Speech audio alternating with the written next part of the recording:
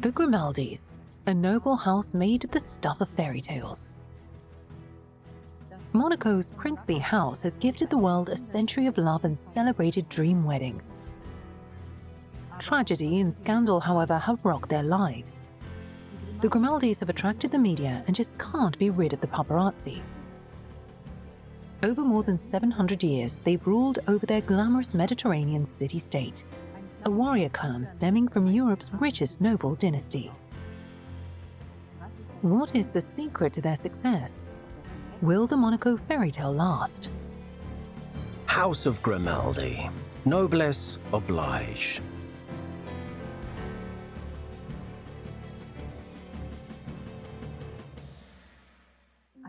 January 2005, and a moving entrance into the Monaco circus. Prince Ryan III stood flanked by Crown Prince Albert and Princess Stephanie in a touching moment. For over half a century, he led his people, the Monegasque.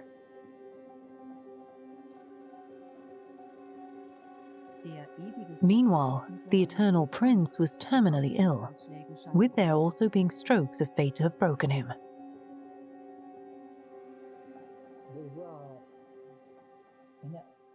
Seeing a childhood friend suffer like that, I regret his life having such a difficult end.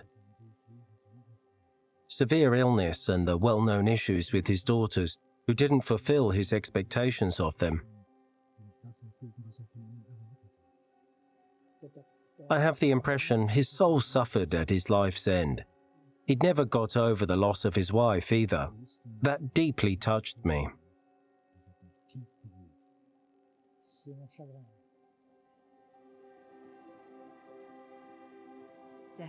Such was the autumn of the patriarch whose dreams ended in tragedy.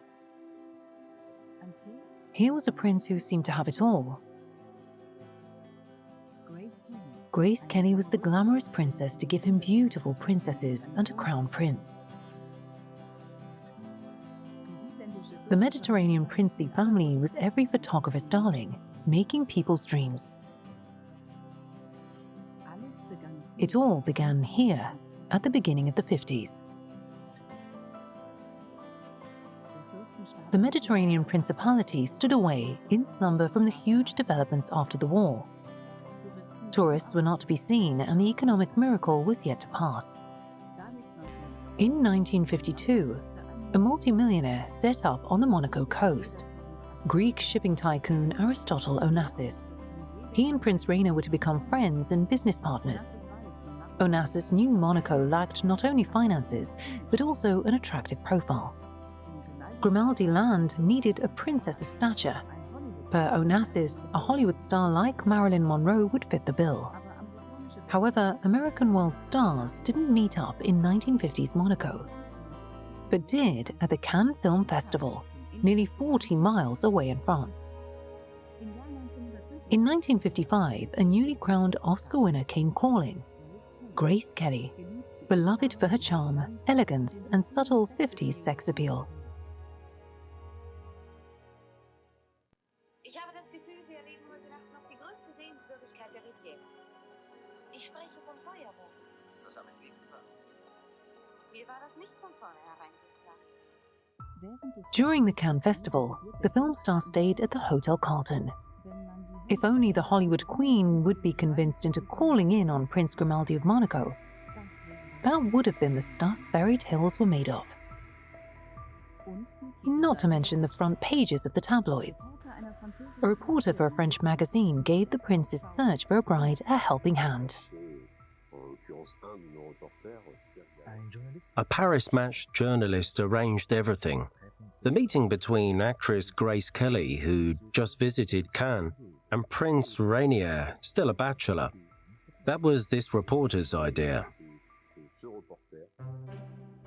Arranged for the 5th of May 1955, the meeting nearly fell through because of a power cut at Grace Kelly's hotel. None of her dresses were ironed, and her hair couldn't be fixed, meaning the film star didn't want to be seen before the prince. Instead, reporters bombarded them in the lobby before they drove to the palace. The scoop from this rendezvous with the prince goes international. The scene is set for Grace Kelly, as if she already were the princess on the Monegasque throne. In the end, they met, resulting in a love story, and Monaco's royal family, as we know it, that blossomed from that, with their 3 children, all their drama, their happy moments, their marriages, and their scandals. After the photo shoot, Prince Rainier wooed Grace Kelly, and in the US asked for her hand in marriage. The actress said yes. The role of princess for her was a dream come true. She left her native America in April 1956 to marry in Monaco. Previously undiscovered film material from a German industrial family's archive shows the principality in wedding fever. From an ocean liner, Grace Kelly came into port from New York. All of Monaco stood ready to receive her. Tinseltown's dream factory continued where the amateur film left off.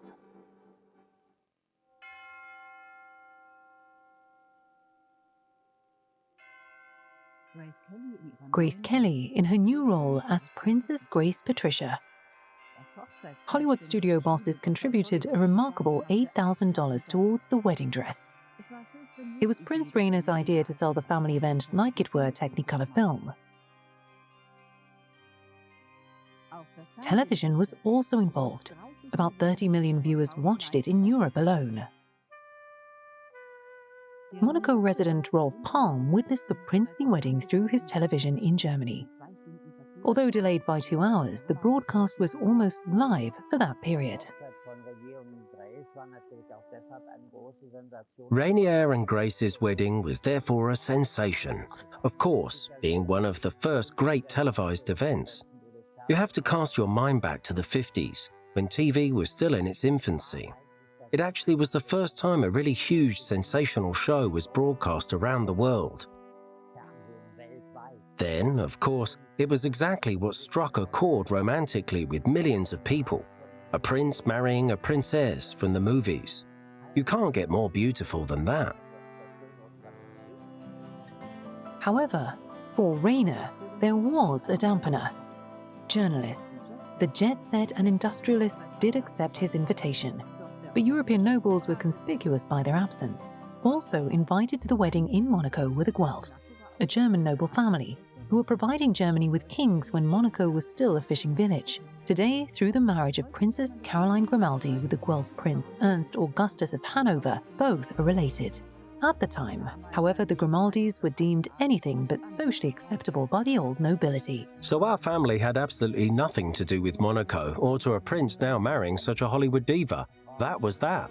Something didn't fit in somewhere and nobody wanted to go. Had Rainier asked for the hand of a Bavarian duke's daughter in marriage, I believe the then Duke of Bavaria, at first, would have turned his nose up at it. For centuries, the Grimaldis stood well below Europe's nobility with their dukes and kings. On their rock, they served as customs men, hiring themselves out as mercenaries. Only in the 18th century were they ennobled. Their palace would since be rocked by scandal upon scandal, even during Prince Rainier's childhood. His mother, Princess Charlotte, divorced from her husband in 1933. This is footage of Rainier's parents in happier times. His mother herself wasn't a legitimate Grimaldi. In European noble circles, that added insult to injury. Within the German royal house of Anhalt, the Grimaldis were also looked at with great disapproval at that time. Back then, being illegitimate and divorced by itself was just impossible. This was still a time in which Buckingham Palace would not admit a divorce officially. If that were the case today, the Queen and the Duke of Edinburgh would have Buckingham Palace all to themselves. When named regent in 1949, Crown Prince Rainier was only 26. He was, however, a prince who felt his microstate could only get moving again with capital from overseas. At the beginning of the 50s, he struck an economic deal with his benefactor Onassis. The multimillionaire would hold shares in the meat on the Principality's bone, the casino, hotels and restaurants of Monaco's upmarket district, Monte Carlo.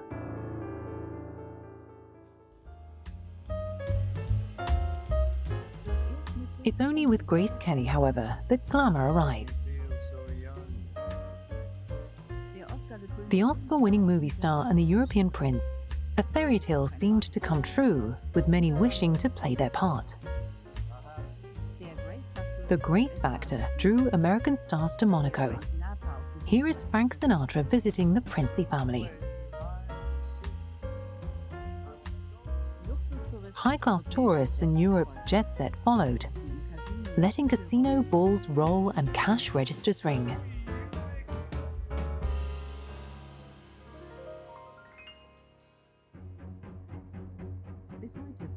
To this day, the Grimaldi realm maintains the image of a modern, glittering country. Journalist Thomas Veselitz knows the secret to self-made prince's success. Prince Rainer was the first to realize this.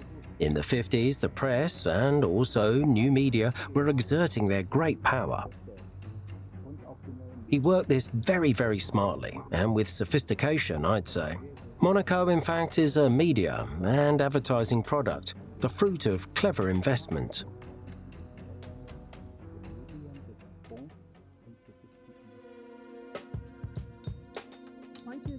Today, investment institutions the world over are ever adding to the princely family's assets.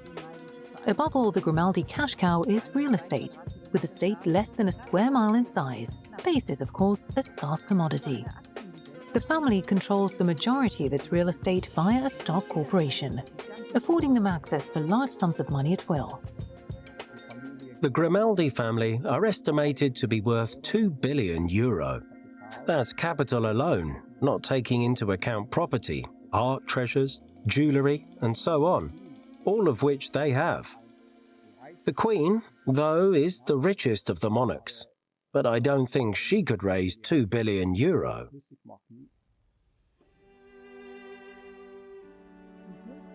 An easygoing princess could do work for charity. She allowed those in need to share in the family's riches. Grace Kelly was what, in other countries, would be called a social minister or a health minister. She renovated the hospital to the point of it being one of the most modern hospitals there are.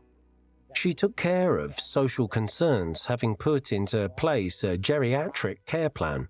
We're talking a real mother of the nation here.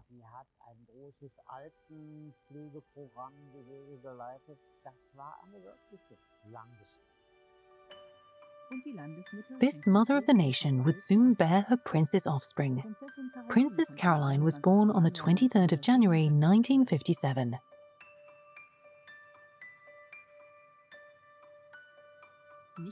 Not only to the monegasque was she presented on a silver platter, but to the media too. At the time, for 7 million francs, the business-savvy prince sold a scoop on the baby princess to the tabloids.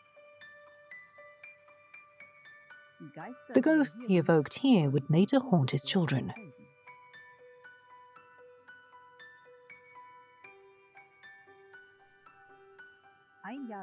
One year later, the newborn Prince Albert received a 101-gun salute. Not long after the birth, Rainer made it clear, firstborn Caroline wouldn't be heir to the throne, but his male offspring instead.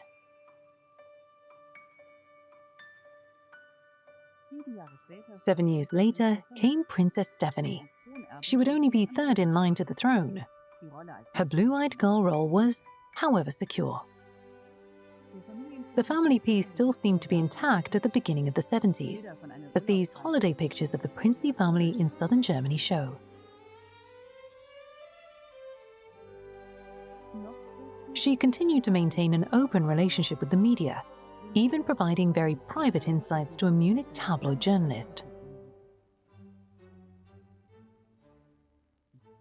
I quite easily got an insight into the family. A little birdie told me we'd just be having a royal visit to Berchtesgaden if I could get there in 20. So I drove up there, we drank tea, and we all had a real chat, as if we'd known each other a while. Then we also went to the park and the enormous garden, which Grace filmed. Caroline had grown up so much by then, and Albert too. But they were still kids, Stephanie was the youngest. They were such an adorable couple. They really enjoyed this time away. In amongst this was a really loving, motherly Grace.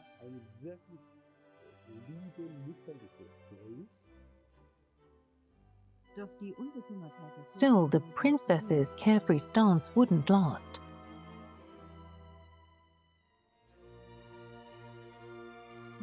In the mid-70s, the children were slowly growing up. Grace Kelly found her duties as princess more and more of a burden. Instead of Rainer himself, she took care of the prince's day-to-day business. Dealing with Monaco people's taxes and entreaties, palace routine replaced exciting Hollywood backdrops. For 20 years, Grace Kelly hadn't stood before a camera for any Hollywood film.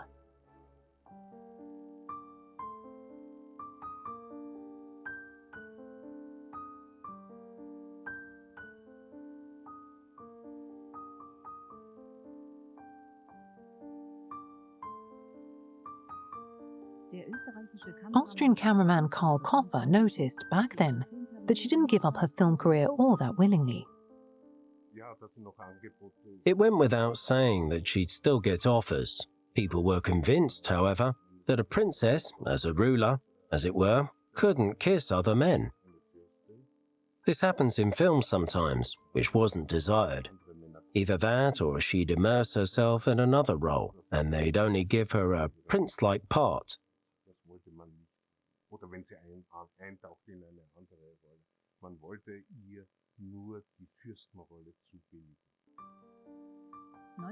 In 1976, Grace Kelly met a young director with whom she could again pursue her passion. Austrian Robert Dornhelm won the princess's patronage for his film about a Russian ballet school.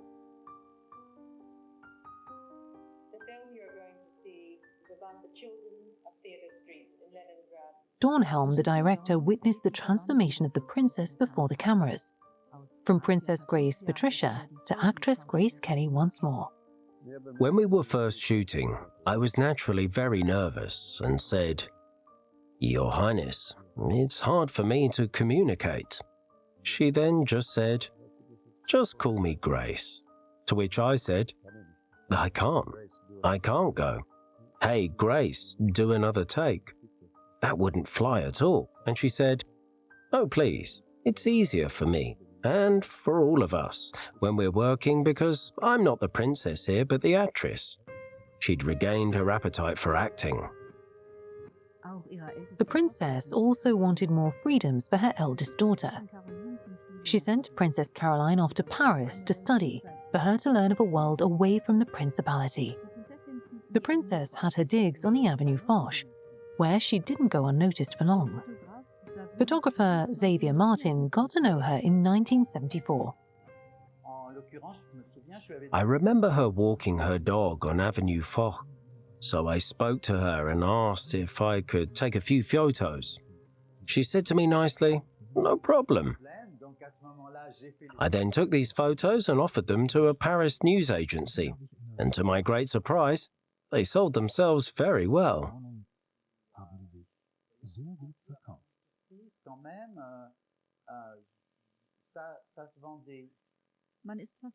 Both were almost the same age and became friends.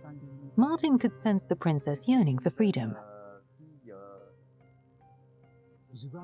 Here was this young woman wanting to lead a normal life in Paris just like her peers. Above all, she wanted her freedom. I'd hear about her nocturnal forays, of course, especially to that high-end discotheque, the Chez Castel, where there was always many artists.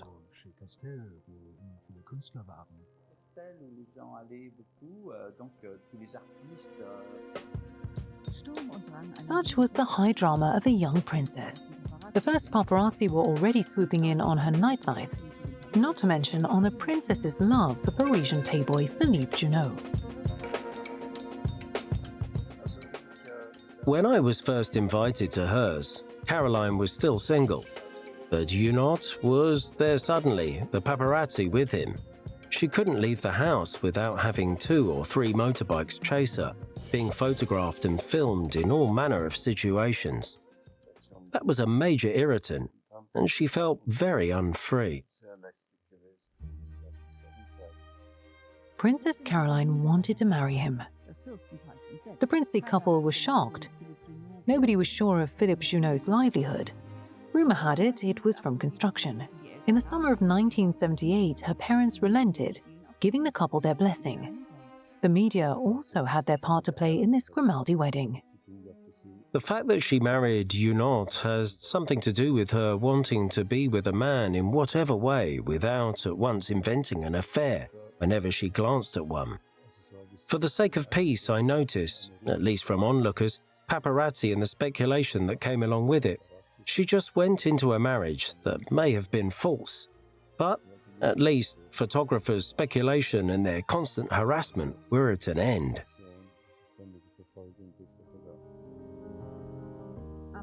Princess Caroline's hopes, however, for the marriage being a safe haven from paparazzi were mistaken.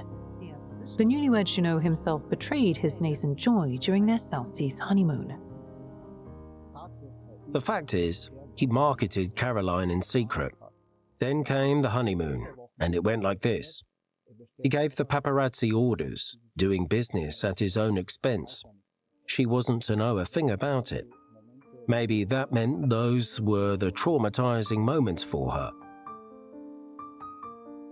During a row, the couple split. Being Catholic, the prince sought an annulment from the Vatican. The cracks were starting to show in this royal family's ideal world. At the start of the 80s, Grace Kelly fought to regain a freedom she'd long lost. She'd be back in front of the cameras with a leading role in a feature film. In 2010, the House of Grimaldi released this film for the first time to German television. In this comedy, Grace Kelly plays both her life's roles, those of actress and princess. She was playing herself and Princess Grace of Monaco. She meets a scientist who gets into the wrong car by mistake and doesn't wind up with astrophysicists, but a flower show. This is a pretty straightforward form of entertainment.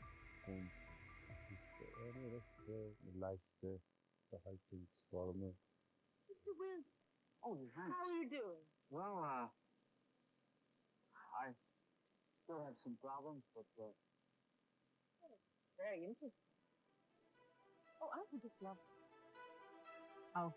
Even Prince Rainer had a small cameo as a flower arranger.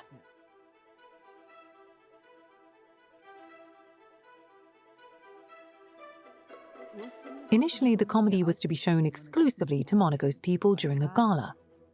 But the film would have also been a new start. The princess wanted to be well prepared for a comeback. I do believe the film's purpose was to get a feel of where she stood now, so to speak. What else could be changed or better done by getting started? And this start had to be phenomenal.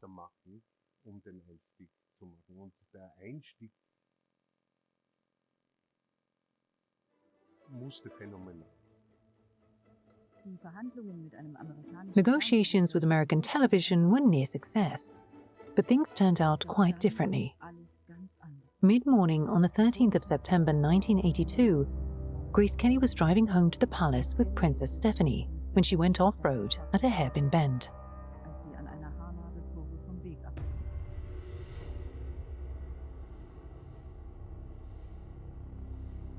The car flipped over, falling 130 feet.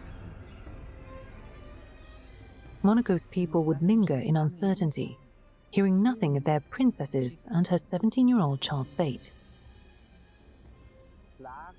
Something like a black veil hung over the whole city.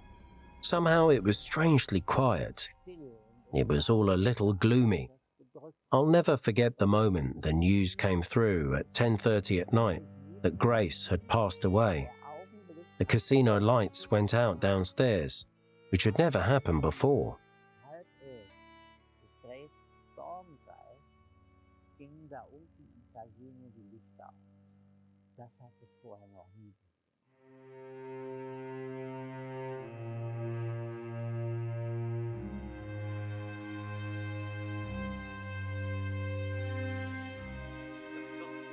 With its palatial hotels, nightclubs, and luxury restaurants, the Principality has almost been paralyzed since a brief statement was given on Tuesday night.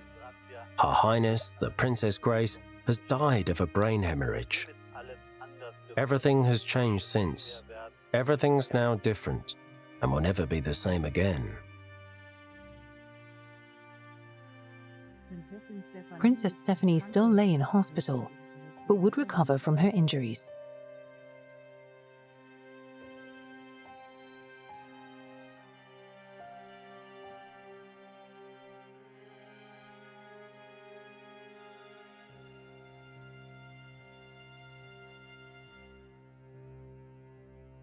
Just weeks later, would the young princess be seen in public again, at a memorial service for her mother.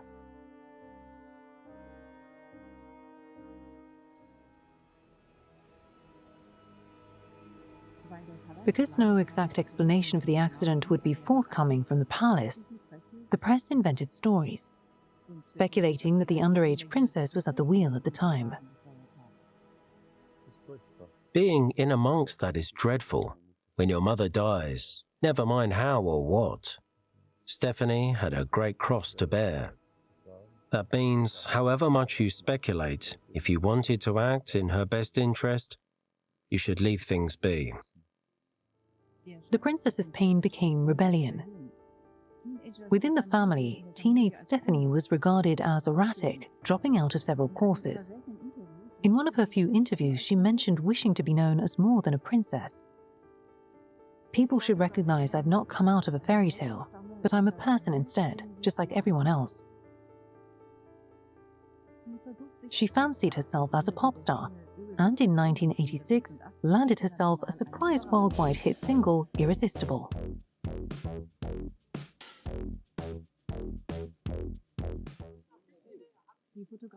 Photographers now became her constant companions, as seen here at an appearance at WDR Studios in Cologne. Even in the Principality were paparazzi on the prowl all over. Her friends since childhood, Prince Hubert von Hohenlohe, experienced the media pressure on Princess Stephanie firsthand. I was over a few times and always noticed that, somewhere and somehow, there was a huge telephoto lens constantly trying to take photos of her from afar, when we were on a boat or having lunch, whatever we were doing. You get the feeling you're constantly being watched. It's like Big Brother's cameras are always on you or on her, and like you can't act in complete freedom. That, or she can't help them onto the boat. She does nothing, so nothing odd happens. Those are the situations you think of when they're there.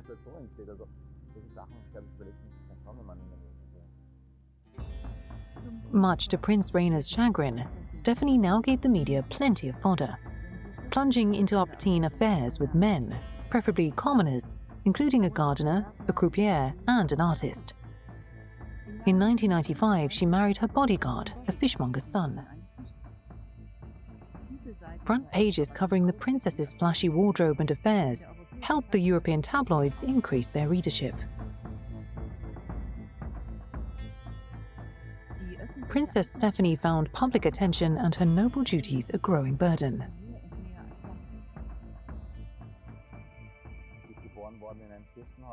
She was born into a princely house and didn't actually want to be a rock star or a film star. She'd think to herself, oh God, this is terrible. All these photographers all the time, standing on the balcony, people waving. I don't know whether Stephanie has got lucky by now. She did try. I think she failed somewhat. But now I believe she's found a sort of balance. Princess Stephanie wound up being the only Grimaldi family member to have a middle-class career. Having trained at Dior, she developed successful fashion brands. From her music career, she has generated millions in income. Alongside his glamorous sisters was one constant, Crown Prince Albert. He also enjoyed the life he'd been offered, however seeking challenges in any which sport. I like endeavour a lot, and especially exceeding myself and going further. Prince Albert represented the Principality 5 times at the Olympics as captain of its bobsled team. When he got older and was still unable to reign, he received the Prince Charles-like moniker of the Eternal Crown Prince from the media. But from early on, Rainer had dispelled any doubts as to his only son's destiny. Even at 6, Albert was present at official events. The prince apprenticed his son into the secrets of palace business. He knew what was expected of him. Since I was very young, I've been prepared for taking responsibilities, making public appearances, affairs of state, and taking part in Monaco's projects, meeting different people, and, above all, to convey the message of the true Monaco abroad and its existence.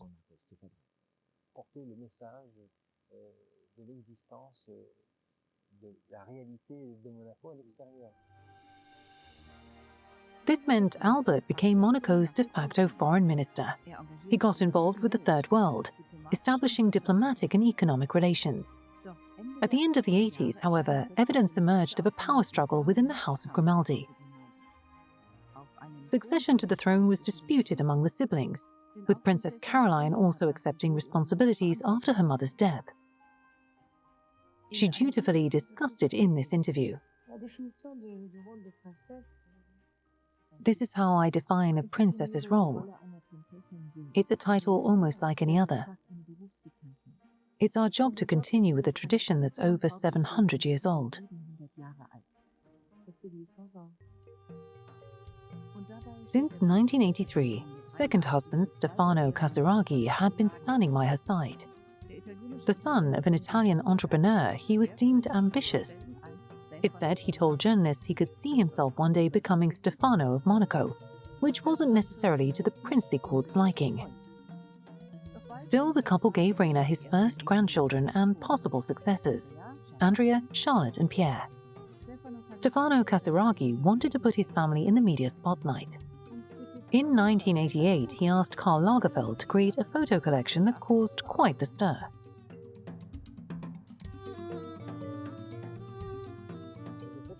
This collection really was masterfully orchestrated by Lagerfeld. Caroline clearly posing as princess down to the clothes. There was a bombast, great robes, the big evening dress. That was interpreted as a clear signal of Caroline on the attack. It has been shown the prince was very, very cross, and even considered disowning her.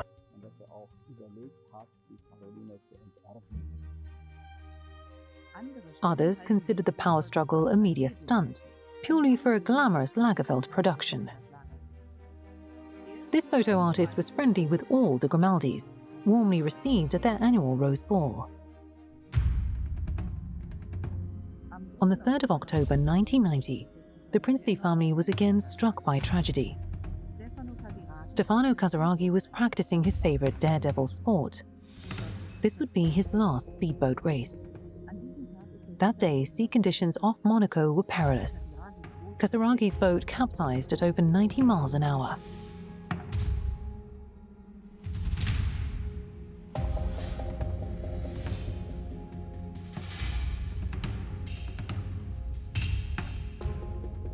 His co-pilot would be rescued, but all help for him came too late.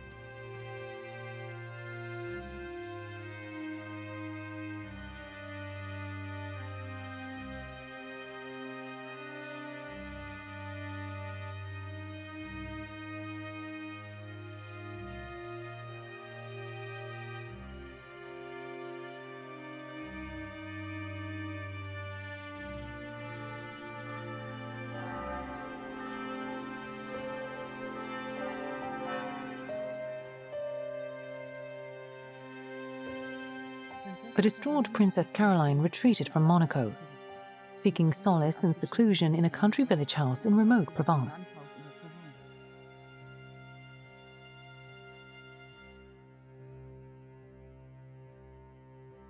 However, in the summer of 1993, paparazzi were hunting for the princess's retreat.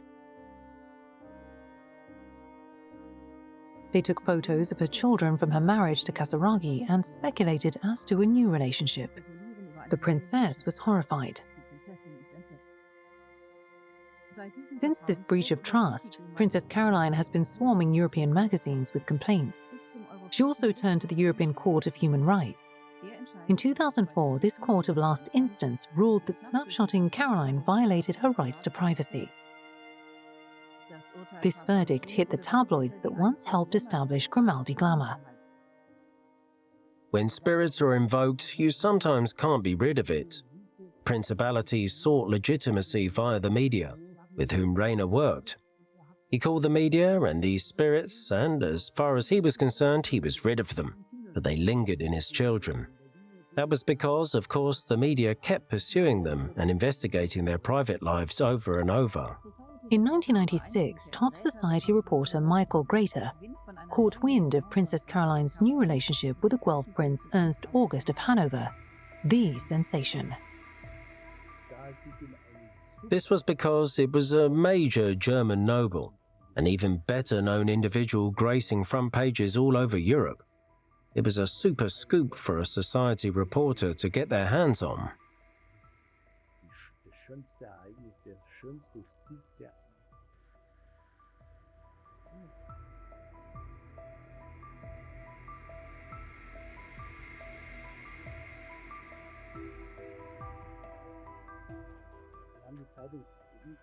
Almost until Wednesday night, we kept the newspaper under wraps, and it was a worldwide sensation. Every daily, it was in it, and on every TV station. It was sensational.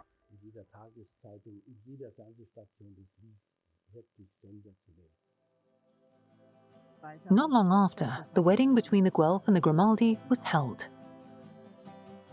It was sensation of the year for the tabloids. But European nobility appeared unmoved by the union.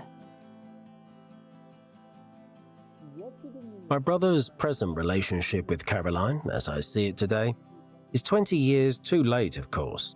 Had it started 30 years ago, it'd have had more significance constitutionally for the Principality, or it may have been a lastingly impactful cultural social event.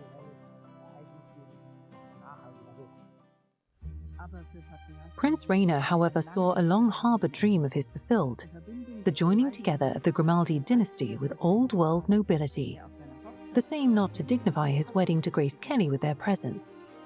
All told, the Guelph's European properties are about 30 times the size of the Principality of Monaco itself. In the 1800s, the Guelphs were still providing Germany with kings. In accordance with aristocratic law, Caroline is now Princess of Hanover, and therefore the only Grimaldi to be a royal highness. However, there was no fairy tale wedding a la Grace and Rainer this time. The wedding and reception both took place almost behind closed doors. A solitary photo of the wedding would be given to the magazines for publication. From now on, the couple would only permit filming for public appearances. Alexandra Charlotte, their daughter, would grow up in strict isolation. The Guelph prince also gained notoriety for the fierce defense of his private life against all too curious reporters. Then, on the 15th of April 2005, the Grimaldi princely family reached a turning point. After over 56 years on the throne, Prince Rainer followed his wife to the grave. This time, Europe's royal families, including the Swedish king and queen and Spain's Juan Carlos, came to pay the prince their last respects. Rainer III died full of concern for the future of his house.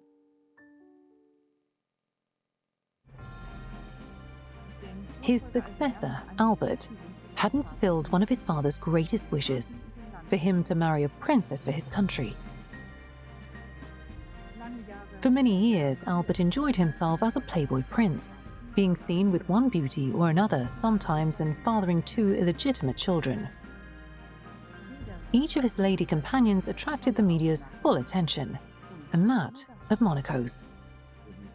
When Albert's been with the same woman twice in a row, there's an immediate feeling of hope. Of course, there are these encounters at functions. He then sits with someone for quite some time, and then rumours fly.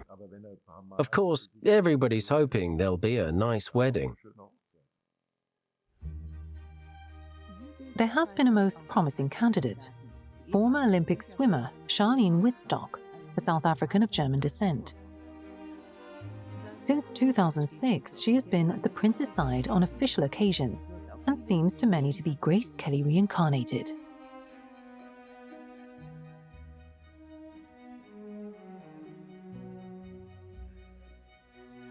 Were the prince not to marry without a legitimate successor, a merry dance for succession would ensue.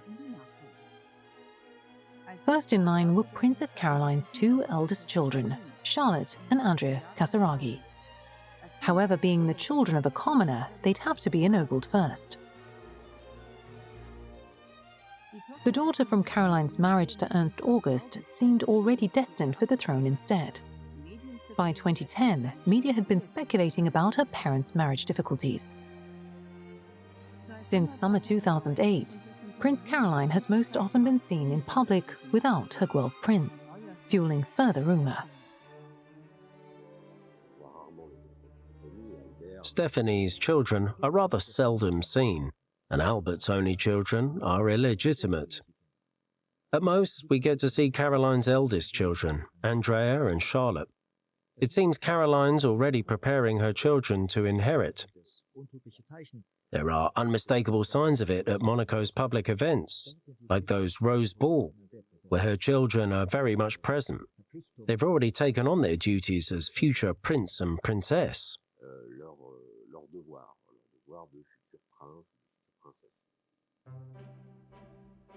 The Monegasque, however, still look back to their principality's heyday, to the time of Grace Kelly and Prince Rainier. The succession issue, therefore, put a question mark on the principality's fate. Financially, all is well, but the fairy tale is slowly coming to a close. This means that, after 700 years, modern times are suddenly here, and Monaco is no longer becoming a fairy tale, but like a service chain with its parties, receptions, and buffets. No fairy tale.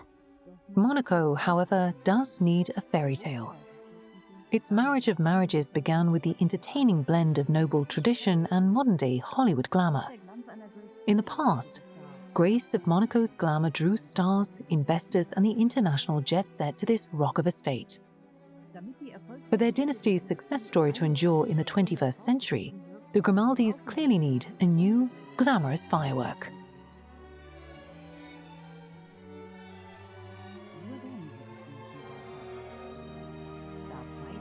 Only then can the fairy tale go on and dreams still be had.